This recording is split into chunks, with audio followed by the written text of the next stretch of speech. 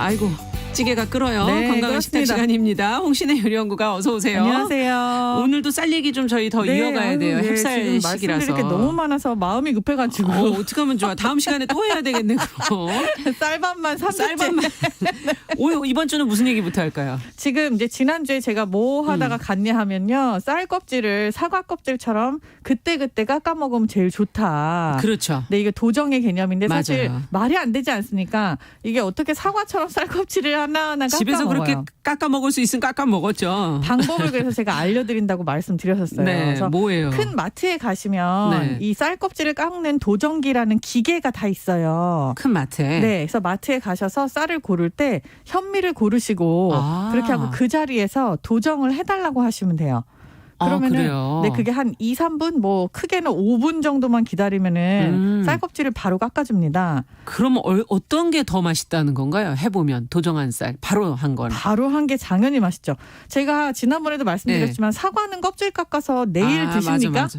아니요. 아니잖아요. 네. 사과 먹기 직전에 껍질 깎아요. 그렇죠. 근데 모든 생명체들은 이렇게 껍질을 싹 깎아갖고 바로 먹었을 때 가장. 그럼요. 가장 맛있죠. 윤기가 자르르 도는 그 흰 밥이라고 하는 게 껍질 깎자마자 껍질 깎고 나서는 그 자체가 가지고 있는 쌀에 그런 기름기가 겉으로 배어 나오는 게 야. 본인이 자연이랑 싸우는 거예요. 이제 이불옷이 없으니까. 그렇죠. 껍질을 벗겼으니까. 그렇죠. 이불옷이 없으니까 그 껍질 대신 다른 걸 생성을 하려고 기름이 싹 배어 나오면서 윤기가 자르르 돌 때 이제 먹으면 이게 맛있다는 근데 거죠. 이미 옷을 벗은 지 너무 오래된 애들은 잘 안 나오는군요. 없죠. 푸석하고 이미 네. 깨지게 돼 있죠. 이야. 그래서 도정을 바로 해서 먹는 게 제일 좋다. 만약에 도정을 해서 오래 두고 먹어야 된다라고 하면은 쌀을 최소한의 용량으로 사세요.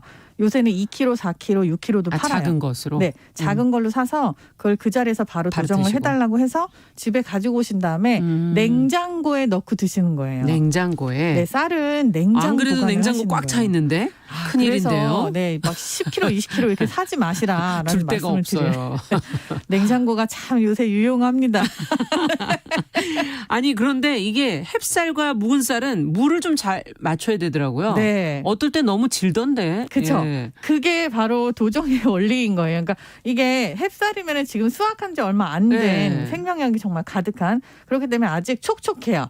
그래서 우리가 햅쌀밥을 할 때 보통 물을 이렇게 뭐 가운데 손가락 마디 있는 네. 데까지 찰랑찰랑 부어라. 뭐 햅쌀이면 거기서 뭐 1cm 빼라 뭐 이런 얘기 맞아요. 하잖아요. 실제로 햅쌀밥을 한다라고 하면은 원래 평상시에 물 잡던 것보다 약간 덜 잡으시는 게 맞아요. 그러면 물에다 미리 좀 불리는 거는 안 해도 되나요? 아니요. 미리 불리셔도 불리긴 해야 상관없고요. 되고. 네. 예. 그런데 불리건 안 불리건 간에 원래 잡으시던 물의 양이 있어요. 네, 맞아요. 그게 사실 본인 감이기 때문에 이거를 네. 어느 정도를 하라라고 수치로 말씀을 드리자면 원래대로면은 일반적인 쌀, 뭐 묵은 쌀, 햅쌀 상관없이 쌀에 1.5 배를 넣으시는 거예요, 물을. 네. 그런데 햅쌀 같은 경우에는 수치로 따지면 1.2가 됩니다. 아하. 생각보다 되게 많은 수분이 들어있다는 뜻이에요. 그러네요. 근데 이거를 1.5, 1.2, 뭐 이게 0.4 어쩌고 이렇게 얘기를 하면은 너무 복잡해서 예. 본인의 감보다 약간 한 4숟가락 조금 빼볼까? 적네. 네, 예. 이 정도 빼서 넣으시는 게 밥을 맛있게 할 수 있다. 이야, 근데 지금 보니까 요즘에는 지역도 다양하고 품종도 뭐 다양해서 어떤 거를 고르면 더 맛있을까 햅쌀 중에. 지난번에 제가 삼광은 말씀을 드렸어요. 예. 근데 품종은 사실 옛날부터 다양했어요. 우리나라에서 원래 재배되던 쌀 품종이 1000종 정도 됐다고 하면은 믿으시겠어요? 너무 많아서. 그렇죠. 굉장히 많았어요. 그렇진 않았던 것 같은데. 근데 이게 이제 지역별로 다 약간 우리나라가 이렇게 아래 위로 길다 보니까 예. 미세하게 날씨의 차이가 있고 그럼요. 땅도 굉장히 토질이 다양해요. 그래서 기르던 벼들도 되게 다양했었으나 일제강점기 이후로 일제강점기 때 사실 우리나라를 쌀 수탈의 창고로 사용을 하긴 했었잖아요. 그렇죠. 그렇기 때문에 본인들의 쌀 품종을 우리나라에 많이 심었었고 예. 다양한 쌀 품종을 본인들 거를 심고 싶어서 일본 사람들이 그래서 여러 가지 땅을 이용을 했었는데 그게 통일벼라고 하는 벼가 나오기 시작하면서 약간 일본 쌀이 악세를 밟았어요. 정말 대유행을 하게 된 거죠. 네. 왜냐하면은 우리는 통일벼를 먹고 있었었는데 그거보다는 일본 쌀이 훨씬 맛있네라는 인식이 박혀서 70년대 이후로는 일본 쌀들이 약간 주종을 이루게 되는 그리고 그랬군요. 그 이후에 지금 몇십 년 지나지 않았습니까? 예. 그 일본 쌀들이 우리나라 땅에 약간 토착화 비슷하게 적응을 하면서 나름대로의 또 다른 맛을 생성을 해요. 네. 그래서 조금 다른 요즘에는 품종들이 많이 늘었다면서요. 엄청 많이 늘었죠. 그러면은 어떤가요? 실제로 맛은? 품종에 따라서요. 예. 쌀 품종에 따라서 맛이 다른 건 확실히 맞습니다. 이게 뭐 소고기도 그렇고, 그러니까 동물도 마찬가지지만 식물들도 다 그래요. 이제 어떠한 품종의 특징이 있잖아요. 그쵸. 뭐 항인종, 백인종 다른 것처럼. 네. 그래서 맛이 조금 다르기는 한데 저는 조금 더 중요하게 생각하는 게 품종을 여러분들이 다 일일이 골라서 사시기가 힘들어요. 몰라서. 네, 모르기도 하지만 많이 아시는 게 정말 일본 품종들밖에 없잖아요. 근데 그거보다는 조금 더 노력을 많이 한 토착 품종들도 많이 있지만 예. 어려우니까요, 구하기가. 그럼 어떻게 해야 쉽게 알 수 있어요? 도정을 뭐 바로 해서 사는 게 첫 번째 순서. 네. 두 번째는요, 브랜드가 굉장히 다양해요. 네. 그러니까 이거를 품종이랑 헷갈리시는 분들이 계신데 뭐 임금님표 땡땡땡 네. 뭐 이런 거 있잖아요. 예. 그리고 뭐 무슨 나주 지역별로 다 있잖아요. 그쵸? 강원도도 뭐 있고 대구, 경기도도 있고. 근데 뭐 이게 전라도 브랜드가 있고, 지역 플러스 브랜드 이름이 붙어 있거나 네. 지역 플러스 품종 이름이 붙어 있어요.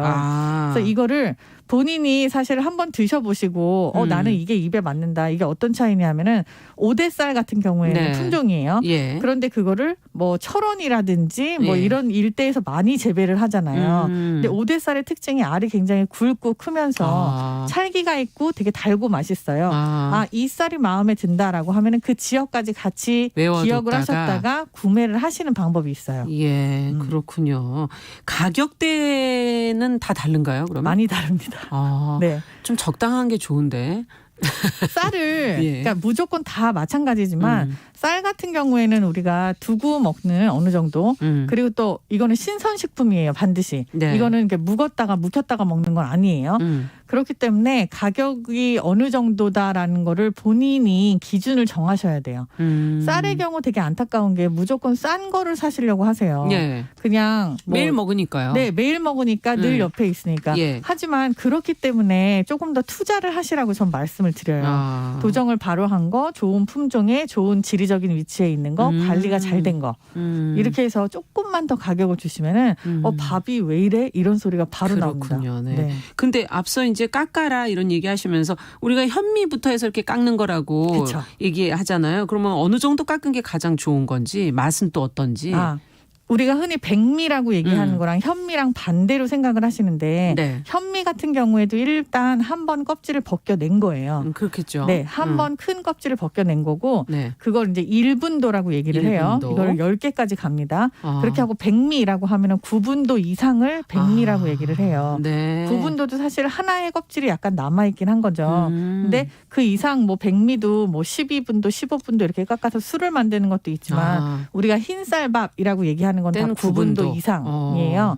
근데 요즘에 건강 생각하셔서 쌀 껍질을 좀 더 드시려고 하시는 분들이 많으시잖아요. 그럼 어느 정도 해야 돼요? 제가 생각했을 때 가장 이상적인 거는 5분도미예요. 5분도. 네, 쌀 껍질도 절반 남아 있고 그리고 뭐 흰 쌀도 다 살리고 이게 껍질이 약간 남아 있기 때문에 쌀은 쌀 껍질에 쌀이 가지고 있는 영양소의 95%가 들어 있어요. 아이고. 그렇기 때문에 이거를 껍질을 완전히 다 10분도 이상으로 깎아내버리면 먹을 이유가 없네. 네, 좀 너무 안타까운 거죠. 그렇군요. 그래서 껍질을 어느 정도 살려서 드실 수 있다면 5분도? 네. 가장 이상적이라고 봅니다. 네. 아이고 시간이 너무 짧아서 너무 다음번에 한 번 더 해야 돼요. 안남미도 안 했고 지금 여러 가지 종류 좀 살펴봐야 돼요. 예.